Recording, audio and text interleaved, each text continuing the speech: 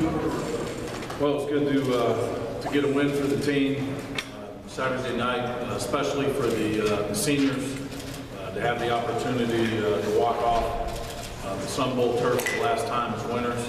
It was something that we set a goal early in the week to allow that to happen, or give us a chance to have that to happen.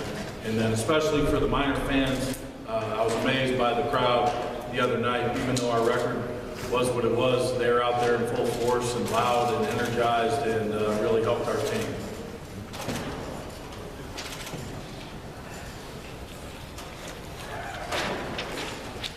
Excited to see Nathan Jeffrey back at 100%, Coach? Yeah, you know, for him, he's been through a frustrating year on a lot of ends. He's had several nagging injuries, foot, groin, everything, you name it. And then, you know, he was a starter last year that was put behind a true freshman. So I'm sure that's frustrating in a sense to him as well. So he got the opportunity really to carry the load by himself for the first time, and he did an outstanding job. He had 130 yards, 2 touchdowns, had the back-breaking run there at the end, and he ran hard all night. So I was extremely happy and proud of him. Coach, the 2-quarterback system, is that something we're going to be seeing a little bit more of the rest of the year now? Yeah, you know, when I mentioned after the game, I think Blair Sullivan's too talented of a player to just be standing on the sidelines and watching. I want to get him involved with his team in several capacities. I think he can play a lot of positions for us, not only just quarterback. You know, you saw how he ran the ball the other night. I think he can be a great defensive player for us. He did an outstanding job on special teams as well. So I think he's a very talented player, and I want to do our best job of getting him in a position to help us win, and we'll see more of him. Does that mean it might be a potential position change in the spring, or? You know, we'll wait and see what that happens. Our whole focus right now is on this week, and he accepted his role, what he had to do last week, and he did a great job. Obviously, the running was working, but I mean, at some point, you want to kind of open it up for Mac, just kind of see what you have in. Yeah, you know, really, we didn't go into it planning to have 7 passes. In fact, I didn't really notice it until after the game that we did. It was kind of crazy. There was a lot of factors in that. We wanted to establish a run early and often. They didn't stop it, so there was no sense to go away from it. We were keeping their offense off the field. We were controlling the clock. So the run game was working so efficiently that we stuck with it, and we had some plans to hit some play-action passes. They were both effective. We had one down the field that ended up being a pass interference that could have been a touchdown, and then the other one that was a touchdown to Jordan Leslie. So we took our play-action shots. We intended on taking more, but the wind did factor into that. And really the one that we hit with Jordan Leslie, we wanted to make sure we got that one in before the end of the quarter, because going into the wind, it would have, you know, made it difficult. And Coach, have you been surprised by his toughness? I mean, there was one point out there, it looked like he got body slammed. He just got right back up, went back out on the field, and even against North Texas, he took some hits. And for a guy that's 5'10", 170, he takes a beating. I'm not surprised by his toughness. Again, you know, I've had a little bit more experience than any coach has watching a player, because I saw every single one of his high school games, every single one of his throws, runs. The kid's an incredible competitor. He's as tough as they come. And we will open things up and give him a chance to throw, because he's got an outstanding arm. And again, a lot of the play action and the movement and stuff was, you know, the week before, we didn't protect Mac real well. The focus and the goal going into this game was to protect the quarterback and run the ball efficiently. And we ended up the game with no sacks or quarterback hits. You know, I thought the offensive line really did an outstanding job this week. And coming off a game as poorly as they played the week before gives a lot of credit to them and their line coach, Spencer Lefty. Coach, talk about the improvement in the defense, in particular some of the young guys that have stepped up the past couple of weeks and have really made an impact. You know, again, the scores don't reflect it, but I've been seeing improvement from the defense on a weekly basis, especially in the young secondary. You know, those guys are young across the board. Early in the season, just a lot of alignment errors and assignment mistakes, but you see they're starting to get it, and they're starting to play faster. They're starting to play more aggressive. We had a lot of tackles for losses. tackles for no gains by the safeties that probably earlier in the season may have been missed or not even in the right position. So been extremely excited about the improvement from the defense. I thought the defensive line did a nice job of handling their offensive line. Again, the vision for this program is to be physical on both sides of the ball up front, and I really felt in this game, offensive and defensive line on both sides of the ball got after FIU. What was the deal with the jersey switch?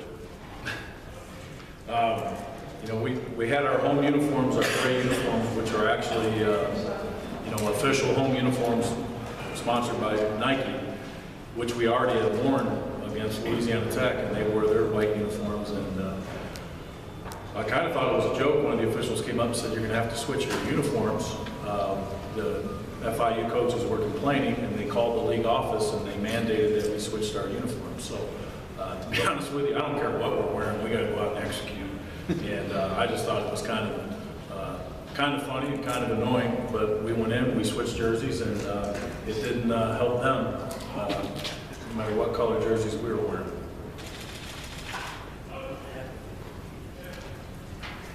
Talk about Tulane, coach. Excuse me. Tulane. Talk about Tulane, I think they kind of got the same formula that North Texas has going. They've forced 28 turnovers on defense, and several of those they've taken back for touchdowns. And they've had some block kicks in the special teams, and some of those have come back for touchdowns. So they're scoring on defense, they're playing solid special teams, and if you look at them from film from last year compared to this year, they have 3 transfer defensive linemen, 2 from LSU that are graduate guys, and 1 was a junior college transfer, and it's really made a difference for them up front. They are physical up front, they got great size and athleticism up front on the defensive side of the ball. They have 83 tackles for losses, which is 8.5 a game. That's insane, really, when you look at it. If the team's running 80 plays, and 8 of those are tackles for losses per game. So they've been dominant up front on defense. We're going to have our hands full there. It'll be a challenge for our offensive line. And they got great speed on defense. They fly around and they blitz, and that's where the strength of their team is. Offensively, they run the football effectively. They got 2 big backs, which has been an issue for us. And then the quarterbacks have been efficient. So they're a solid football team. They're everything their record says. They're 6-4 right now, and us going in there, them coming off their bye week, it's going to be an extreme challenge for us. Being a 2-win team a year ago, is there anything that jumps out at you that they did in one transition year to get to where they are? Well, again, as I mentioned, I think the biggest change was up front defensively. They got 3 cats in there that didn't play for them last year, and they're all making an impact. Again, that comes with recruiting. They're not high school kids, they're transfer kids, and sometimes you hit on 1, sometimes, if you're lucky, you hit on 2, well, they hit on 3, and those guys are playing extremely well for them. Again, their defensive front, size-wise and athletic-wise, will be the best that we play.